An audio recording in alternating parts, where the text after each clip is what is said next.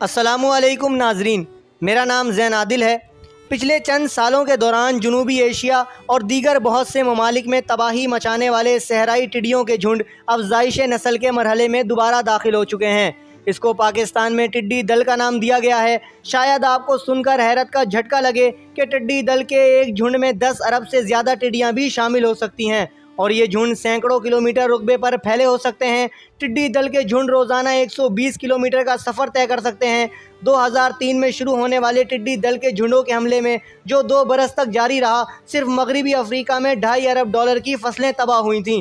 اس سے آپ اندازہ لگا سکتے ہیں کہ ٹڈی دل کتنی خطرناک چیز ہے۔ آج ہم آپ کو ٹڈی دل کے حوالے سے کچھ چشم کشا حقائق دکھائیں گے، مگر اس سے پہلے ہمارے نئے آنے والے دوست ہمارا چینل سبسکرائب کر لیں تاکہ آپ کو ہماری ویڈیوز بر وقت موصول ہوتی رہیں۔ ناظرین، اس ٹڈی دل کے خطرناک ہونے کا اندازہ آپ اس بات سے لگا سکتے ہیں کہ ایک اوسط درجے کا جھنڈ اتنی فصلیں تباہ کر سکتا ہے کہ جو 2500 افراد کے لیے سال بھر کے لیے کافی ہو سکتی ہیں۔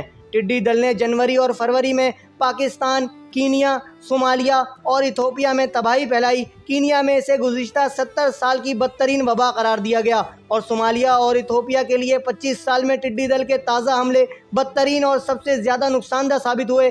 FAO کے مطابق جب ٹڈی دل کا حملہ عروج پر تھا تو یہ ٹڈیاں 350 مربع کلومیٹر علاقے میں روزانہ 2 ٹن فصلیں کھا جاتی تھیں۔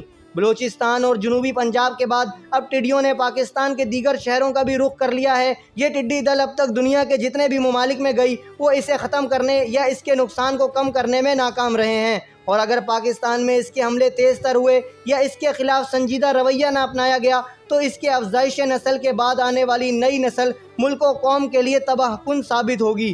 ہم سب کو اللہ سے یہی دعا کرنی چاہیے کہ وہ اس طرح کے بحرانوں، وباؤں اور امراض سے تمام عالم انسانیت کو محفوظ رکھے۔